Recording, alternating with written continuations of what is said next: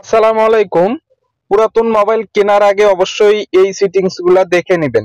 হ্যাঁ বন্ধুরা, আজকে আমি দেখাবো পুরাতন মোবাইল কেনার আগে যে বিষয়গুলো জানলে আপনি কখনো ঠকবেন না। চলুন তাহলে ফুল ভিডিওটি শুরু করি।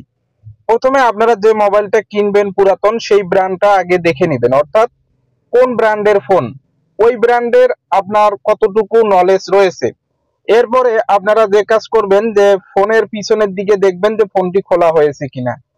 এরপরে চলে যাবেন আপনাদের ফোনের সিটিংস অপশনে। এই যে সিটিংস এ যাবেন, যাওয়ার পরে এখানে আপনারা দেখতে পারবেন অ্যাবাউট ফোন নামে একটা সিটিংস। এখানে একটা ক্লিক করবেন। যে কোনো ব্র্যান্ডের মোবাইলে এই সিটিংসটা পাবেন।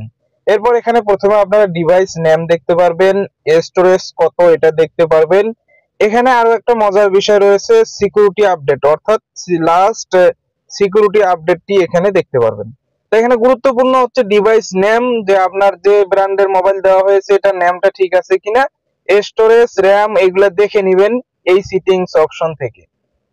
এরপরে আমরা যে কাজটা করব, এই যে দেখেন আপনার গুগল ক্রোমে যদি আপনারা যাওয়ার পরে এখানে IMEI নাম্বার বের করবেন কিভাবে সেটা দেখাই দিচ্ছি। *#06# এটা ডায়াল করে IMEI নাম্বারটি নিয়ে নিবেন। নেওয়ার পরে এই গুগল ক্রোমে আসার পরে আইএমইআই চেক লেখার পরে সার্চ করলে এখানে আপনারা দিয়ে চেক করে নিতে পারেন, ঠিক আছে, আরো কনফার্ম হতে পারবেন। এই যে এখানে যদি আপনারা সার্চ করেন IMEI নাম্বার দিয়ে, তা আরো অনেক ক্লিয়ার হবেন। তা এরপরে আপনারা সবার শেষে যে কাজটা করবেন, এই যে আপনার গুগল প্লে স্টোরে যাবেন।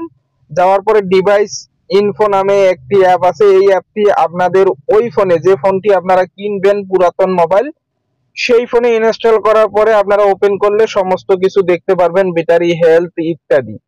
তো অবশ্যই পুরাতন ফোন কেনার আগে এই সেটিংস গুলা যাচাই করলে কখনোই ঠকবেন না।